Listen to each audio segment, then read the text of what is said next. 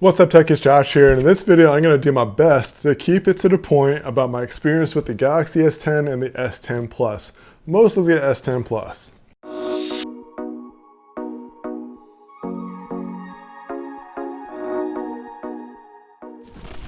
I have made this video 2 times over. The last time I literally said to the camera I'm going to try to keep it short and to the point, bullet point kind of format, and it went for 20 minutes.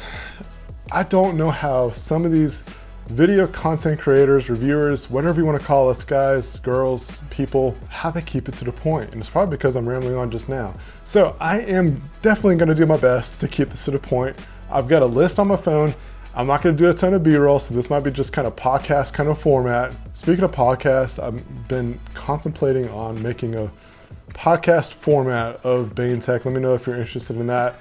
We'll see about trying to get that going. So anyways, let's go ahead and get it into that list. I'm not going to go into a lot of detail. I'm going to save all that for my full review coming out as soon as possible. And Michael Pineda, quit texting me. I'm trying to get this video done. Always freaking texting me on Hangouts. We're going to have to find a different platform to chat on because Hangouts about to go bye-bye. All right, here we go. Quit distracting me, Mike. I was having a brain fart for a moment. I was like, where did I keep my list at? Here's my experience so far. I've mostly used the Galaxy S10 Plus. I've got the S10 from Verizon that they sent me that review unit. I got to send that back in a couple weeks, but I'm still gonna give you my 2 cents about that phone kind of in a separate video. Probably just the full review. Tag along with this review. Battery life has been the best I've ever experienced on a phone. So good, I love it. There's been a lot of times where I've come down to the wind down time of the day and I still got 60% left on the battery, even though I'm using this thing extensively throughout the day. It's definitely the best battery life I've ever experienced on any phone I've ever used. The screen. Samsung never disappoints on the screen. They do such a good job with their screens. It's probably the best looking screen out there to date. Hole punch versus the notch. I definitely prefer the hole punch versus the notch. The notch is ugly. I still have not gotten used to it, even though I've used the iPhone 10, the XS Max, the Pixel 3 XL. I don't like any of them.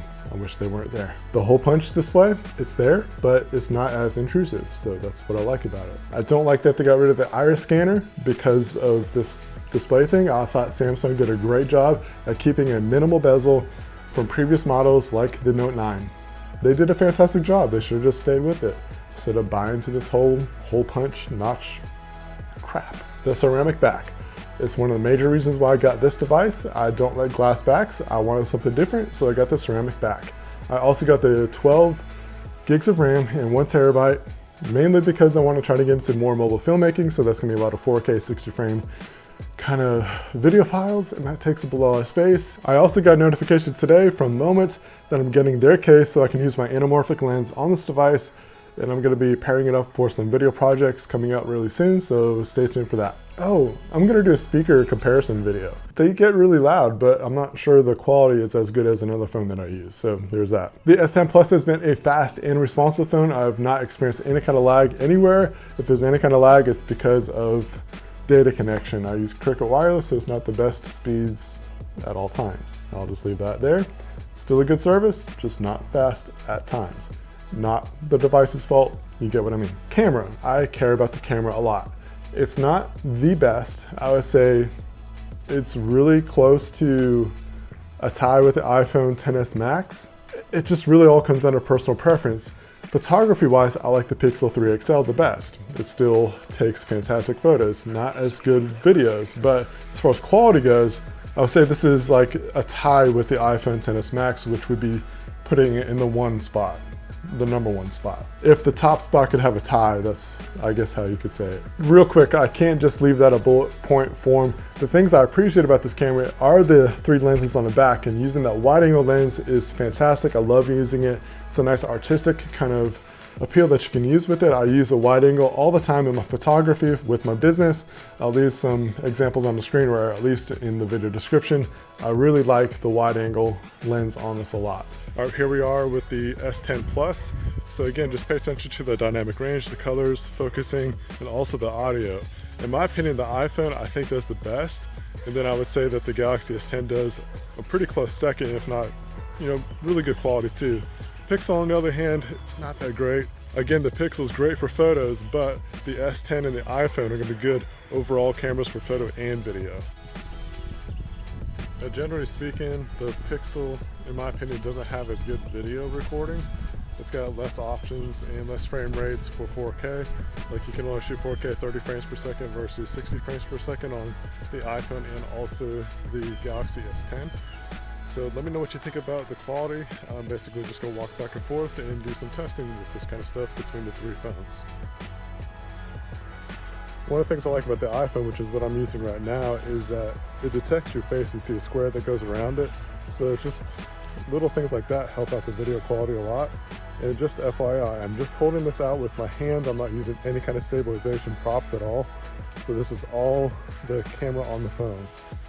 Let me know what you think. It's really bright out here too. But something I want you to pay attention to is the dynamic range. Like how is that? With focusing on my face, stabilization, and things like that.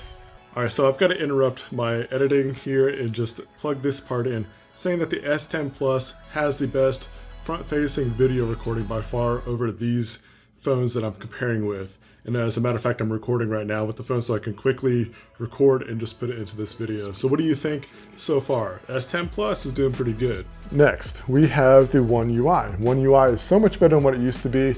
It just did not look that good. What I've done in the past with Samsung devices, I went to the theme store and put on a material or Android, stock Android kind of look. I didn't do that this time. I thought the UI looks just fine. Good job, Samsung.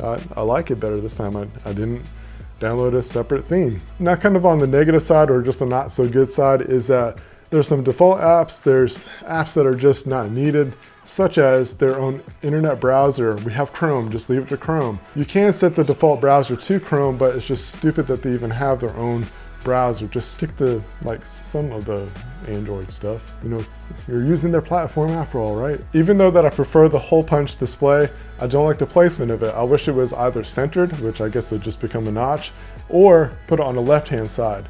And I know the lefties out there, I'm left-handed, but I'm actually right-handed dominant, if that makes any sense. I write and eat with my left hand, but everything else I'm right-handed. Anyways, I end up swiping over the camera because of the way I hold the device, and it's because I'm so used to using the Pixel 3 XL or the iPhone XS Max.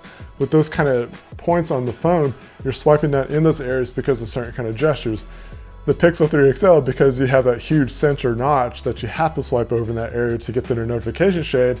With the iPhone, that's where you get your shortcuts and stuff like that. So coming from those devices, or even just the way that you just naturally hold this device, it's easy to swipe over that camera. So I just think for the majority purposes, the left side would have been a better placement for it. And speaking of placement, buttons. The buttons need to be further down towards the center because they're so high up, especially on the S10. The S10 is already a good one-handed device. Why not put the buttons down to where it's so comfortable to use that you don't have to stretch for anything? While we're still on the button topic, Bixby button needs to go. There's no point in it. Get rid of Bixby. We don't want Bixby. Nobody wants Bixby. Use Google Assistant. It's better. So stop trying to force us to use Bixby. I've got to remap to use Google Assistant using an app anyways. If you use Bixby, let me know. I don't like it. I just don't like it. Need to keep moving.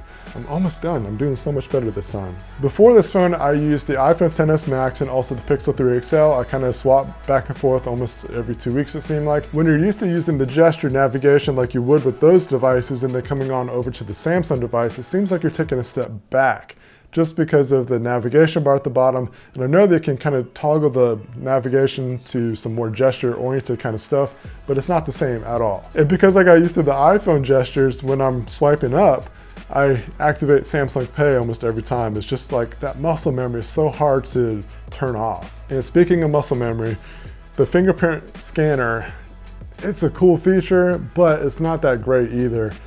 It's gotten better because I've remapped my fingerprints a couple times. Is to when you're setting it up that you're holding the phone as you naturally would versus flat on the table, or how it looks on the screen to where you're just kind of putting your fingerprint straight onto it. Because it's not been the best experience, I've used the face recognition software versus the fingerprint reader just because it's a lot faster and a lot more accurate.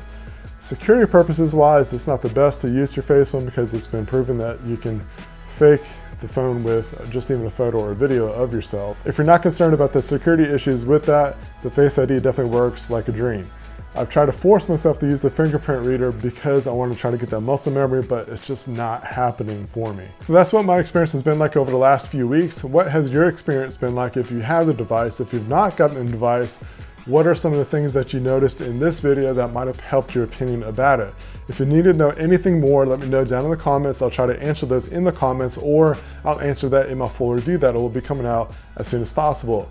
I like to try to give it more time with my full review versus giving a first impressions. Like if you're releasing a video within a month's time of the device being released, I don't think it's a great review because you gotta let stuff happen. There's sometimes where software updates come out, and I've seen to where like these issues were going on, and these reviewers that review something the day of or even a week later, those issues are happening, which it sucks that those issues happen, but then a software update comes out after their review. So it's like, give your review after a month. I think it would do a solid to at least the people that care about that kind of stuff, but I know that tech reviews have kind of become more entertainment versus actual good information.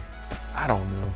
I'm not even saying my information is the best, but for the eternity of this channel, I've just tried to give you my experiences versus the technicalities and stuff like that. So hopefully my experiences help your decisions and when you purchase something, or if you're just interested in how things are going with whatever we're talking about, whatever. And I'm starting to ramble on. This is why I can't finish the video in a short amount of time. Subscribe, hit the notification bell, and I'll catch you guys next video. Oh.